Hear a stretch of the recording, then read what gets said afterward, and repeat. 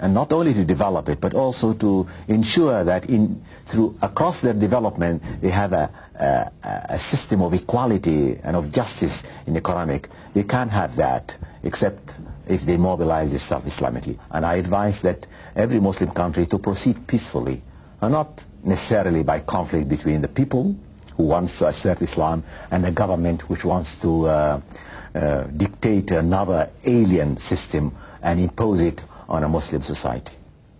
What freedom of choice do citizens have in your Islamic State? What happens to the secular dimension of life? Well, we don't know a section of life which is not religious. If people do believe in God, whether they are Christians or Muslims, they have to believe that God is omnipresent. He is not only a dominant force inside the church or inside the mosque. Once you leave the door, you are absolutely free there, and God is not existent anymore. I mean, no. I mean, whatever Islam teaches has been taught by all religion, Judaism or Christianity, that religion is a comprehensive way of life, and God is a divine, absolute guide of your life everywhere. Whether you are an artist, art should be a religious vocation, not for the sake of art, but a religious practice. Economic pursuits should be also related to God. Power, political power is not just a satisfaction of one's own will for ultimate, absolute power for his selfish interests, but no, it's an act of worship.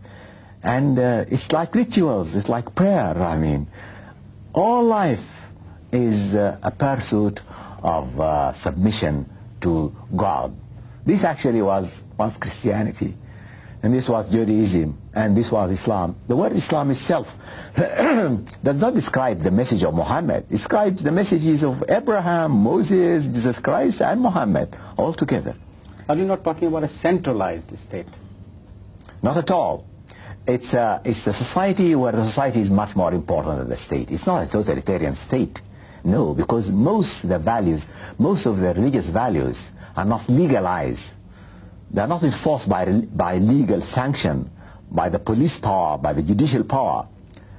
In a more perfect society, the state is reduced, the government is reduced to a very little dimension. What is the role of democracy in your model of the Islamic State? More democratic than the democratic model of the West. And free market? A freer market, but a more equal and just market than the market of the West today. But it's something much similar than the socialist market of yesterday. And minimum government? Minimum government, that's right. Minimum government. The more perfect society becomes, the less government has to do. How does all that differ from the conservatives, say, for example? That's what they say. Well, the conservatives, you know, preserve much of their original traditional custom. But in Islam is a religion of renewal. It's not a system that is obsessed by custom. I mean, today we may represent Islam or reflect it through certain customs and traditions. But Islam teaches us that constantly we should renew our life and move away from traditional customs if they no longer represent our values. So the values will be eternal.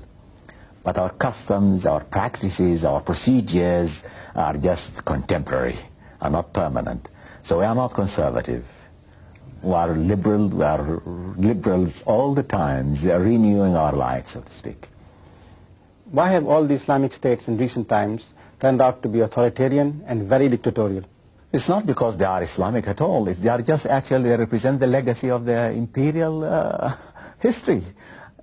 When we were governed by these imperial powers, we were governed by completely authoritative, dictatorial foreign governments.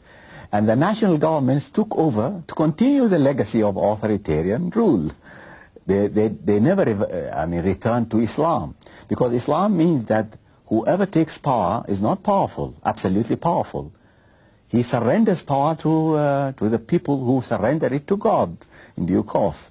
So if the government is authoritarian, it means that it's not Islamic. If it's hereditary, it means that it's not Islamic at all. Is your Islamic state a single-party state? Even in the West now, parties are not as important as they used to be a few decades back. I mean, there is hardly a difference today between between one party and the other, because socialism, you know, at one time, capitalism used to represent quite different programs. But now in England or in America, there is hardly a difference between one party and the other. They're just two groups competing for power, but there is hardly a difference over the program now. So democracy is not always a partisan democracy. Would you, for example, allow a number of different parties, maybe Marxist, communist, capitalist? I don't think that political parties will develop in such a society. There will be different trends, but no one will stand with a